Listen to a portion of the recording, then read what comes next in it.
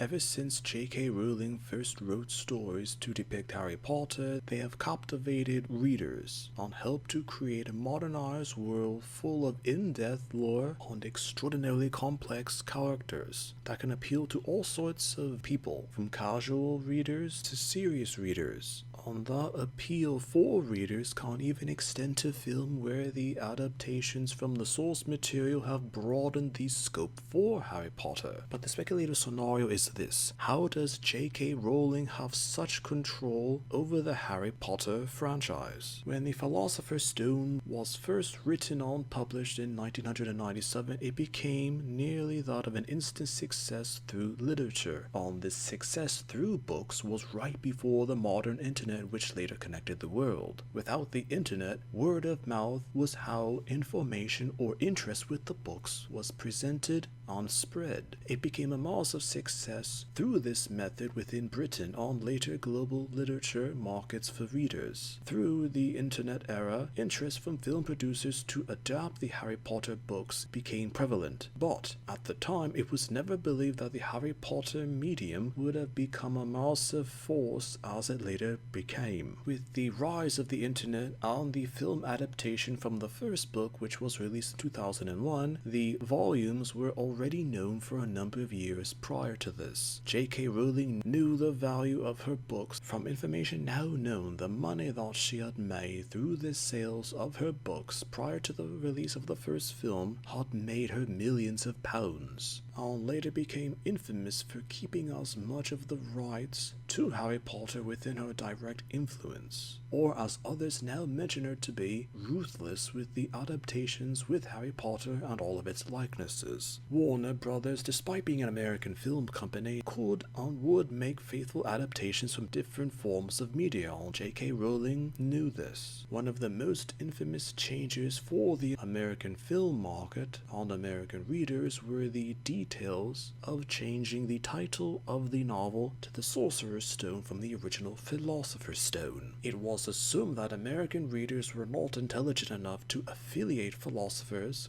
as magic users, despite the original British film being called Harry Potter and the Sorcerer's Stone, and the Philosopher's Stone being called the Sorcerer's Stone in the film. The British public was understandably outraged with the American change in the title or addressment of the stone. With everything considered, J.K. Rowling later regretted the title change for the feature. Another fact was that J.K. Rowling later demanded that all of the actors and actresses associated with the film adaptations be of a British background. At the time, American actors and actresses were very eager to offer their skills to portray various characters from the Harry Potter universe. One of the best examples known was Robin Williams publicly expressing a desire to play Rubius Hagrid, but the role went to Robbie Coltrane, whose performance as Hagrid was one of the best in the entire original film series. Originally a short story and minorly depicted in the Harry Potter lore was Fantastic Beasts and Where to Find Them, which was from 2001. Often called a story within a story, it was later remade into the feature film from 2016. When the film was released, receptions to it were actually better than expected, because the movie was considered to be a prequel to the Harry Potter lore and story relating to it, as the actors and actresses were cast well and their performance were considered admirable. But once the film was partly turned into the failed Fantastic Beasts franchise, later receptions to the film changed, with it being interpreted as an average feature. Catherine Waterston, who played Tina Goldstein in the films, later became a fierce critic of J.K. Rowling as a result. First released in theater from the year of 2016 was Harry Potter and the Cursed Child. Supposedly the concept for the play came from unused ideas that J.K. Rowling had, at which she couldn't necessarily put into a book through writing after the Deathly Hallows. Receptions to the said play were mixed. Impressions held the Cursed Child to be somewhat of an alternate telling of events to give a glimpse into the future from that time.